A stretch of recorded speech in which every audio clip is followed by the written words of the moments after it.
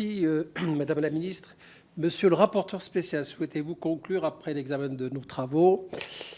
Vous n'êtes pas obligé, mais... Je vais conclure de façon très très brève, Monsieur le Président. D'abord en remerciant vraiment la ministre de son écoute, de ses réponses et du soutien de l'ensemble de ses services dans ces travaux dans lesquels Laurent Deldrieux m'a accompagné. Peut-être pour deux, trois éléments qui me paraissent importants. Il y a une question qui me paraît essentielle d'avoir à l'esprit, c'est que dans un monde où il y a de l'inflation, quand on n'augmente pas le coût d'un billet ou le coût des études, c'est qu'en fait on les baisse en coût réel.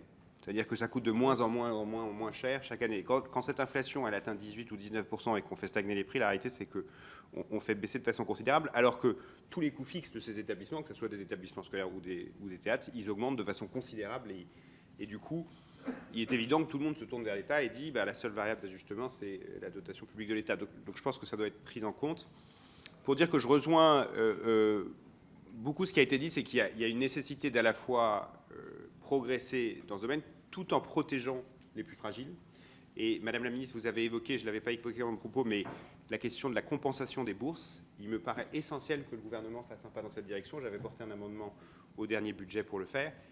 Les établissements d'enseignement supérieur ne doivent pas être désincités à prendre des boursiers. Il faut absolument qu'ils soient incités, il faut absolument qu'il y ait une compensation des bourses.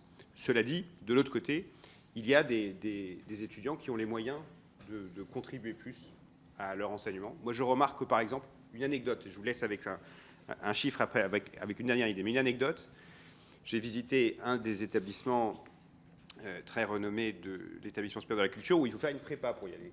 Bon, la prépa qui fournit le plus d'élèves, elle est facturée 17 fois le coût de l'année d'enseignement ensuite dans cette dite école. C'est-à-dire qu'il y a des enseignants, il y a des élèves qui ont visiblement les moyens de payer 17 fois les frais de scolarité l'année N-1, puis après qu'ils arrivent et qu'ils payent 17 fois moins de frais de scolarité. Ça laisse entendre qu'il y a quand même des marges importantes. Une dernière remarque, et je vous promets que j'en conclure, d'insister sur l'impératif de progresser sur la question des bâches publicitaires sur les monuments historiques et les monuments historiques, parce qu'on parle de centaines de millions d'euros.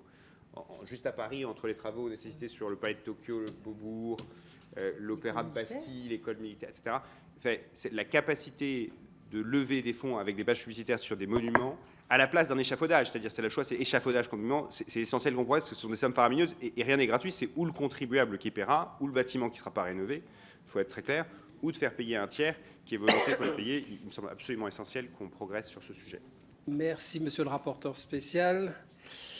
J'interroge la commission afin qu'elle autorise la publication de ce rapport d'information. Je ne vois pas d'opposition. La publication du rapport d'information est autorisée. Merci.